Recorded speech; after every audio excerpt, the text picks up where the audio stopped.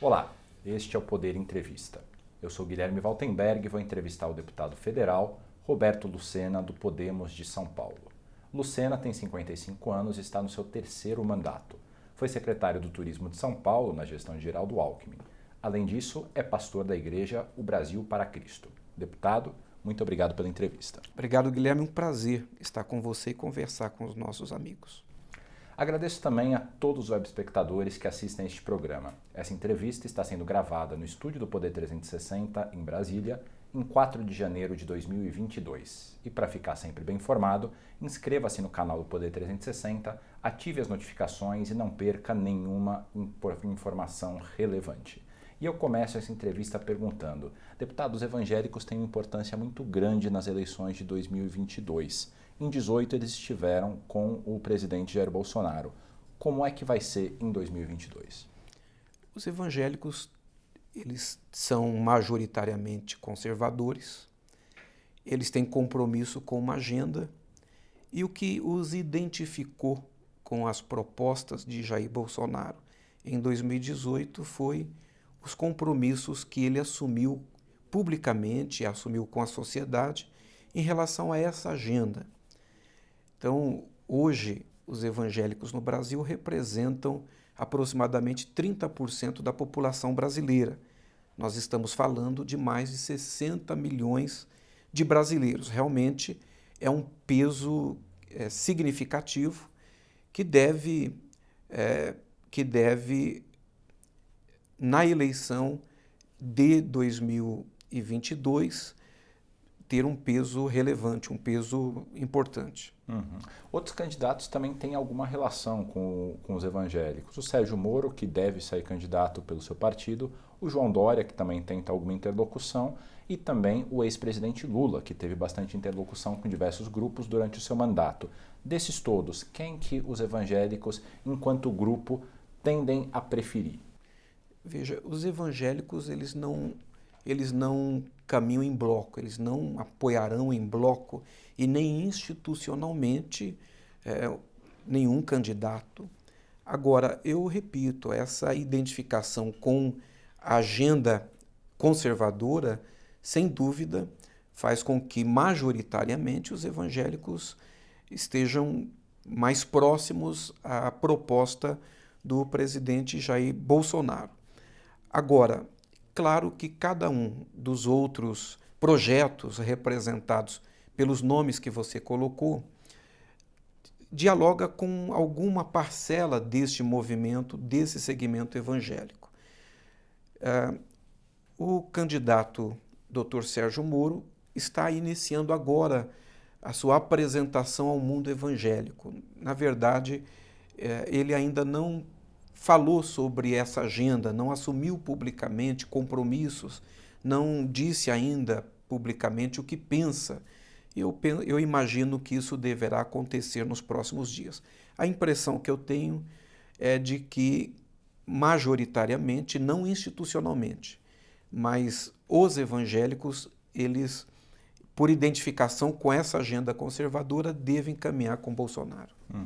E é curioso uma coisa que o senhor colocou, né, que eles não devem caminhar em bloco com ninguém ou institucionalmente com ninguém. Existe uma percepção de parte da sociedade de que existiria uma certa homogeneidade no grupo evangélicos, né? E a gente vê que não, há várias denominações. O senhor é da O Brasil para Cristo. Qual que é uma característica, por exemplo, da sua igreja em geral? É uma igreja mais conservadora? Tem algumas pautas desse conservadorismo que se destacam? Então, a Igreja O Brasil para Cristo é uma igreja que tem mais de 60 anos. Ela foi fundada pelo missionário Manuel de Melo. É uma igreja que saiu da Assembleia de Deus. Manuel de Melo era assembleano, portanto é uma igreja pentecostal, é uma igreja conservadora. E as pautas conservadoras, naturalmente, se identificam muito, ou identificam muito o povo da igreja. Ela institucionalmente não levanta uma bandeira política, ela institucionalmente não levanta a bandeira de um candidato, mas pela sua postura, pelos seus compromissos, eu penso que grande parte ou majoritariamente o seu povo se aproxima mais dessa agenda conservadora. Uhum. Mudando um pouco o assunto, como é que o senhor vê hoje o momento da pandemia no Brasil? Então, eu vejo com muita preocupação esse sentimento que nós presenciamos em parte da sociedade de que a pandemia tinha acabado. Isso é temerário. Não é? Eu quero aqui elogiar as autoridades que suspenderam as festas de Réveillon, que poderiam promover grandes aglomerações, principalmente nas capitais dos estados em todo o Brasil. E quero aqui elogiar também os governantes que, com muita responsabilidade, têm, nesse momento, suspendido o Carnaval em 2022. E aí, quando eu falo sobre isso, algumas pessoas pensam que eu falo por ser pastor, por ser evangélico, por não gostar de Carnaval. Absolutamente não existe nenhuma relação entre uma coisa e outra. A minha preocupação é que este momento não é um momento de aglomerar, a pandemia não acabou, nós precisamos ainda superar diversas equações e uma das principais equações é a questão da vacina. Nós avançamos muito, o Brasil se tornou uma referência mundial na vacinação. Por exemplo, o Distrito Federal vacinou 80% da sua população. São Paulo, quase isso. Agora, o Brasil ainda tem muito a superar. Nós temos ainda a necessidade de agilizarmos a terceira dose da vacina para imunizarmos o nosso povo, especialmente no momento em que temos aí uma nova variante. E é importante também lembrar que a segunda dose nós tivemos uma queda na procura. Portanto, é muito importante que, para que nós possamos superar a pandemia e, portanto, como consequência, resolver o nosso problema econômico, a nossa crise econômica e, em decorrência dela, a crise social grave que nós estamos vivendo, número 1, nós temos que encarar a vacina com muita seriedade. O senhor se vacinou? Eu me vacinei com as 2 doses e agora, no mês de janeiro, vou tomar a terceira dose da vacina. E eu tenho recomendado que os nossos pastores, eu falo com os pastores da Brasil para Cristo, são milhares, que eles se vacinem e encorajem os seus obreiros, os seus líderes e o povo das nossas igrejas a estarem se vacinando também. Qual tem sido a resposta deles? Tem sido positiva? A Igreja Brasil para Cristo absolutamente positiva.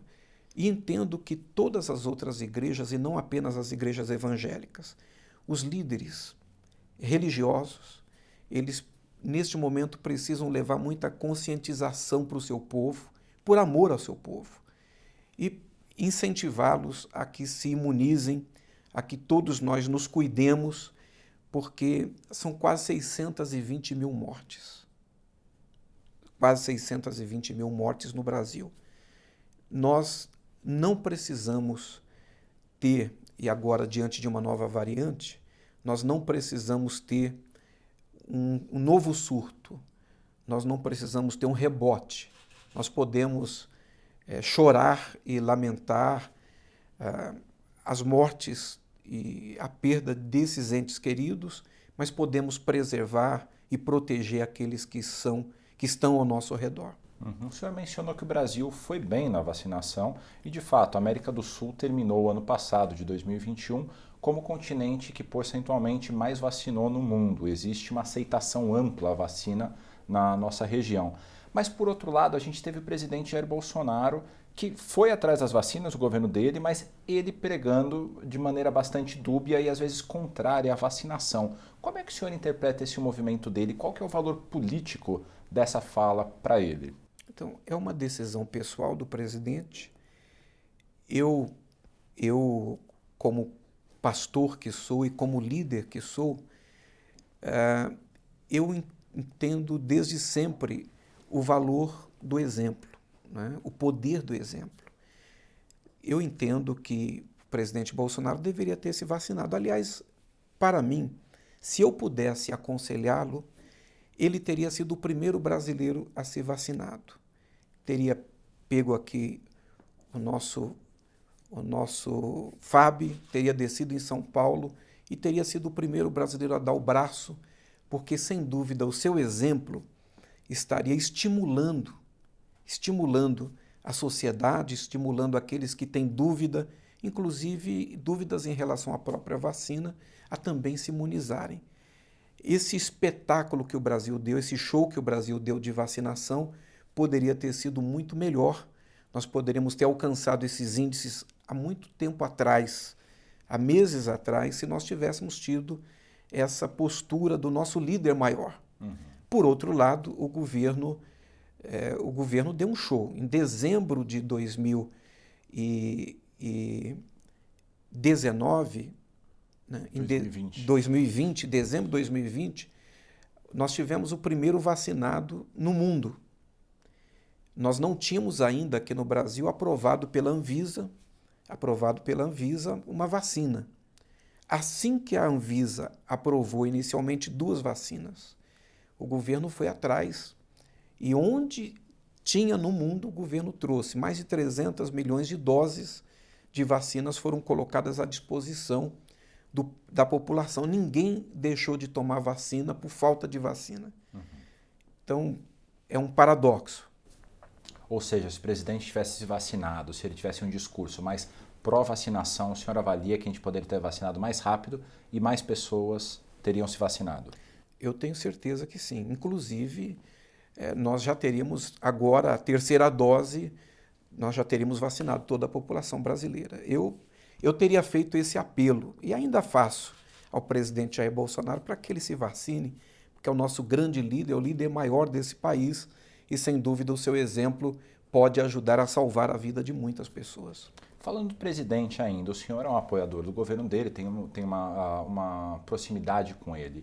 Se o senhor pudesse elencar as principais qualidades e os principais defeitos do governo dele, falando 2 de cada, 2 qualidades e 2 defeitos, como que o senhor desenharia esse quadro Jair Bolsonaro na presidência? Olha, primeiro, o governo do presidente Bolsonaro é um governo que buscou inicialmente, de largada, a excelência.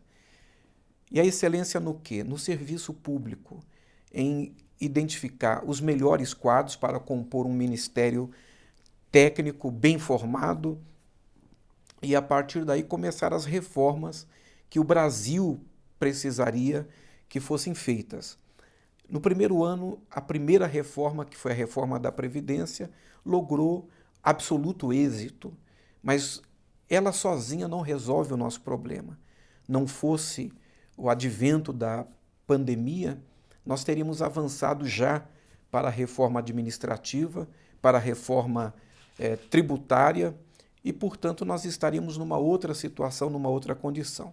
Então, primeiro foi a busca da excelência e a vontade de fazer as coisas de maneira diferente, porque você nunca vai ter resultado diferente fazendo as coisas do mesmo jeito. Então, se buscou resultados diferentes. Segundo, um governo que se comprometeu a fechar as brechas para a corrupção. É um governo que você não teve corrupção institucionalizada como nós tivemos em momentos passados, em governos passados. São 2 qualidades que eu enxergo assim, positivas. Como resultado da primeira, que foi a escolha da composição do Ministério, nós tivemos entregas muito interessantes, como, por exemplo, o Ministério da Infraestrutura, o ministro Tarcísio dando um show, se consagrando como um dos mais competentes ministros de infraestrutura do país. O Brasil está dando um salto no quesito infraestrutura.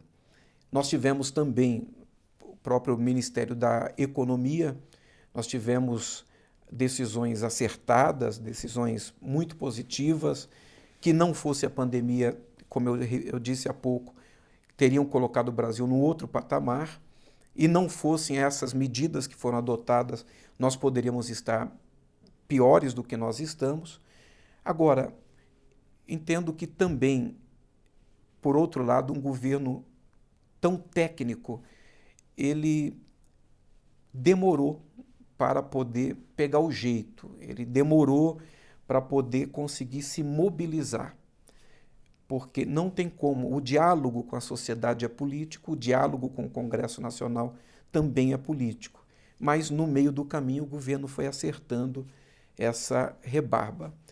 O outro ponto negativo que eu entendo foi, durante esse período, a condução, a postura do governo diante da pandemia. E eu repito, vacinas não faltaram, iniciativas não faltaram, o recurso não faltou para os estados e municípios fazerem o enfrentamento à pandemia, mas a postura que a sociedade esperava do governo era de liderança no meio de uma crise tão severa. E isso não aconteceu? Isso não aconteceu. Mudando agora um pouco o assunto, indo para o Podemos, o seu partido. Recentemente vocês receberam o ex-juiz Sérgio Moro, o ex-procurador Deltan Dallagnol, nomes ligados ao lavajatismo, né, como ficou conhecido. O senhor acha que esse movimento ainda vai ser relevante nas eleições de 2022, que nem aparentemente ele foi em 2018? Ele será menos importante em 2022 do que em 2018. Ele está no top 5, no radar da sociedade, do eleitor, mas, em primeiro lugar, o que vai importar para o eleitor nesse momento, em 2022, é o emprego. O emprego volta a ser um tema importantíssimo, talvez o primeiro ou segundo. O tema economia, não é? Esse eleitor que está vendo a inflação galopando, que está tendo dificuldades para manter o seu padrão social, e não é só esse que tem dificuldade de manter o padrão social, aqueles que perderam seus empregos nesses últimos anos, porque neste ano nós recuperamos, nesse 1 ano e meio, perto de 3 milhões de postos de trabalho. Então estamos fazendo a lição de casa, o governo está fazendo a lição de casa, o Congresso está fazendo a lição de casa. No entanto, a questão da economia, a questão do emprego serão, no meu entendimento, as questões mais importantes. As questões sociais, e aí sim não se pode deixar de discutir também nesse debate eleitoral a questão do enfrentamento e do combate à corrupção. E a pandemia também deixa aí algum tema em aberto para as eleições, não? Nós temos aí, em função da pandemia, a questão social e a questão econômica. 110 milhões de brasileiros hoje têm algum nível de insegurança alimentar. 19 milhões de brasileiros passam fome. Como aquele senhor aqui em Brasília, no meio dos prédios à noite, dizendo: a fome chegou.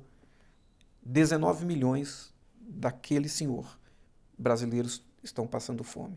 O Brasil voltou ao mapa da fome. E nós, evidentemente, temos que rever isso. Tem que ser a nossa prioridade, a fome não pode esperar. Tem que ser a nossa prioridade. Isso tudo em função da pandemia. Houve um exagero naquela política do fica em casa, não é? Eu entendo que inicialmente a gente não sabia com o que estava lidando, tinha que brecar, a gente tinha que dar um freio de arrumação, mas nós tínhamos que ter um planejamento para entrar e um planejamento para sair. Nós ficamos muito tempo, a economia sofreu com isso, e nisso o presidente Bolsonaro tinha razão, não é?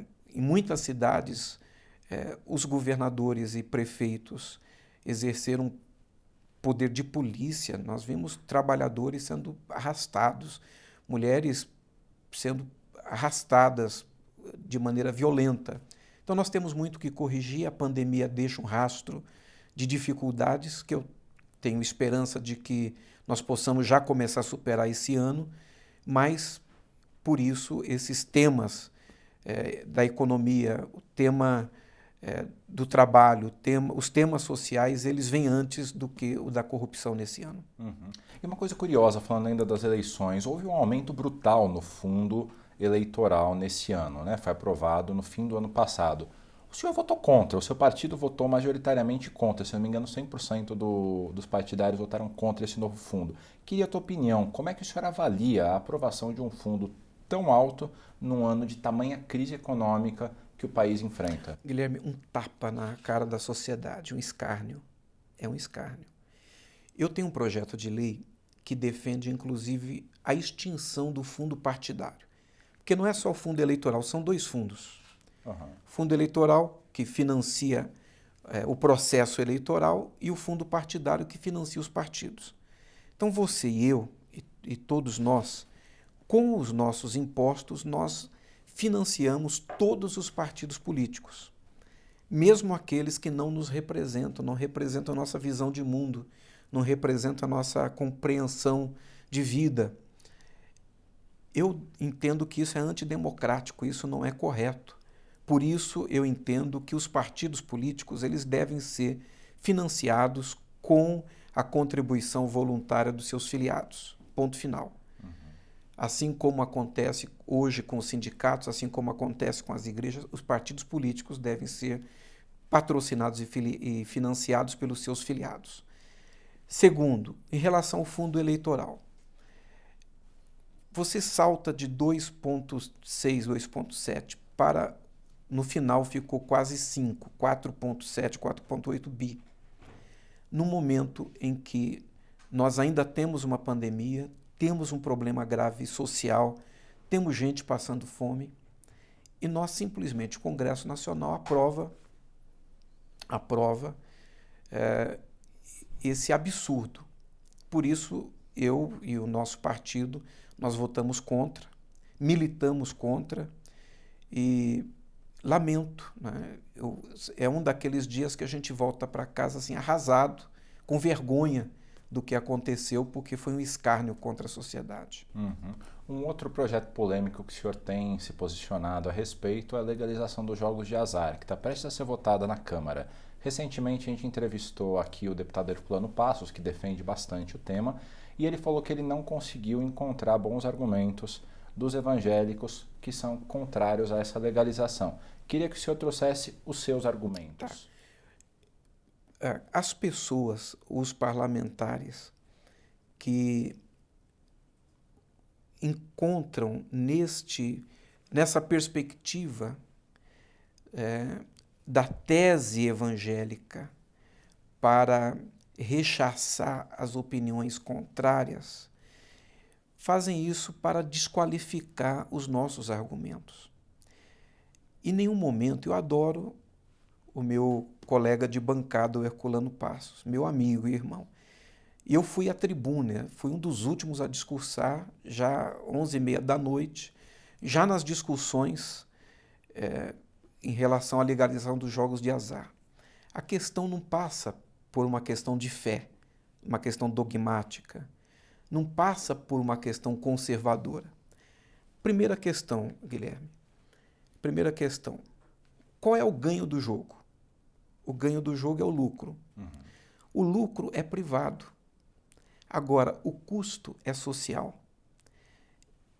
Quem defende o jogo não coloca em cima da mesa. Eu duvido que colocaram para você aqui qual o custo social da legalização do jogo. Não, realmente não. Eles falaram que a previsão de arrecadação era de 20 bilhões. Então, mas sem quanto o Estado vai gastar com a ludopatia e com todos os desdobramentos, os efeitos colaterais da legalização dos jogos de azar? Segundo, Ministério Público, Polícia Federal e Receita Federal não confirmaram, não atestaram que nós temos quadros e temos instrumentos para garantir que o ambiente do jogo não seja usado para o cometimento de ilícitos, para lavagem de dinheiro, caixa 2 e outros crimes. Eu não questiono aqui a integridade do propósito dos empresários que querem empreender no país, que querem investir no país. O que eu questiono é que essas instituições, que são instituições confiáveis, não endossaram, eles não atestaram que nós temos segurança hoje para evitar que isso aconteça, que isso ocorra aqui. Em terceiro lugar, quando se fala na geração de empregos e na arrecadação de impostos, Eu tenho dados de que a arrecadação de impostos ela não será nessa monta que foi colocada, e a geração de empregos. Eu sou do turismo, eu fui secretário de Estado de Turismo em São Paulo. O turismo, você sai dele e ele não sai de você. Então, ele não vai gerar, nós não vamos atrair turistas do mundo inteiro no fluxo que se promete. Por que esses turistas deixariam de estar na América do Norte, na Ásia, na Europa, para vir jogar no Brasil? Qual é o turista que nós vamos atrair para o país? São várias perguntas que, quando eu coloco à mesa, esses defensores dessa tese da legalização dos jogos se sentem constrangidos. E aí, como não tem resposta, que não tem, aí se apela para a questão religiosa, mas não é isso. A bancada evangélica se uniu por causa desses questionamentos, porque nós lidamos todos os dias com pessoas que perderam tudo nos jogos, na bebida. E nós temos relatos, por exemplo, nos Estados Unidos, de pessoas. Você sabe que eu defendo a pessoa idosa. Eu fui o primeiro presidente da comissão permanente da pessoa idosa na Câmara dos Deputados. E ajudei a implementar muito da política da pessoa idosa no Brasil. Lá nos Estados Unidos, idosos que usam fralda geriátrica na banca de jogo para não sair, tal o vício, tal a ludopatia, a doença, e muitas vezes perdem tudo que têm. Muitos deles entram em depressão e muitos deles, inclusive, cometem suicídio. Então, não estou dizendo que isso vai acontecer aqui. Eu estou dizendo que nós temos que olhar o que acontece no mundo, temos que transformar isso em perguntas e procurar dar respostas. Chega ao final esta edição do Poder Entrevista. Em nome do Jornal Digital, eu agradeço ao deputado federal Roberto Lucena por esse momento de conversas aqui no Poder 360. Obrigado, Guilherme. Foi um grande prazer, um grande abraço a vocês e um 22 maravilhoso, um 22 abençoado. Agradeço também a todos os web espectadores que assistiram a este programa. Esta entrevista foi gravada no estúdio do Poder 360 em Brasília, em 4 de janeiro de 2022. E para ficar sempre bem informado, inscreva-se no canal do Poder 360, ative as notificações e não perca nenhuma informação relevante. Muito obrigado e até a próxima.